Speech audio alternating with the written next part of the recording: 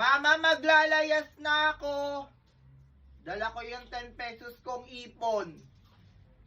Di nyo na ako makikita. Kahit 2,100 pa. Paalis na ako, ma. Doon ako sa malayo. Palabas na ako.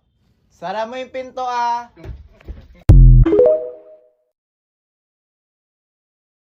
Bakla, tingnan mo yung kabilang cottage, pasabog yung mga damit nila, bakla. Ilabas mo nga yung mga pangmalakasan nating swimsuit. Go, be, may papahiram ako sa yung pangmalakasan, pero wag mo muna ipopost sa profile picture ko yung bukas eh. Tingnan mo yung kabila, oh. Pasabog yung mga tugtugan nila.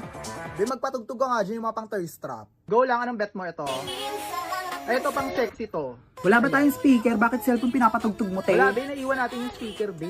Bobo ka kasi. Eh, tingnan mo yung kabilang cottage, pasabog yung mga drinks nila. Tayo, Diyos ko, isang bote na nga lang tayo ng alak, chaser pa natin tubig.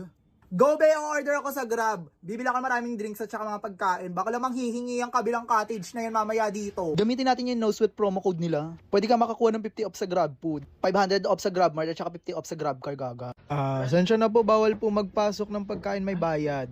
Anong cottage kayo? Sa kabilang cottage po, yung pangmayaman, oo, yung malakas magpa-sounds. Yan yung dalawang maasim na babaeng sumasayaw. Yan, dyan kami, kuya. Oo, dyan mo i-charge, kuya. Yes, kami yun, kuya. Thank you.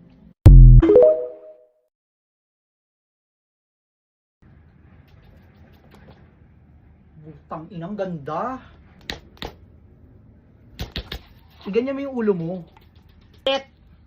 Ay, dilat pala. Pikit! Pikit! Ano ba putang ina? Wala na, sira na yung liner, te!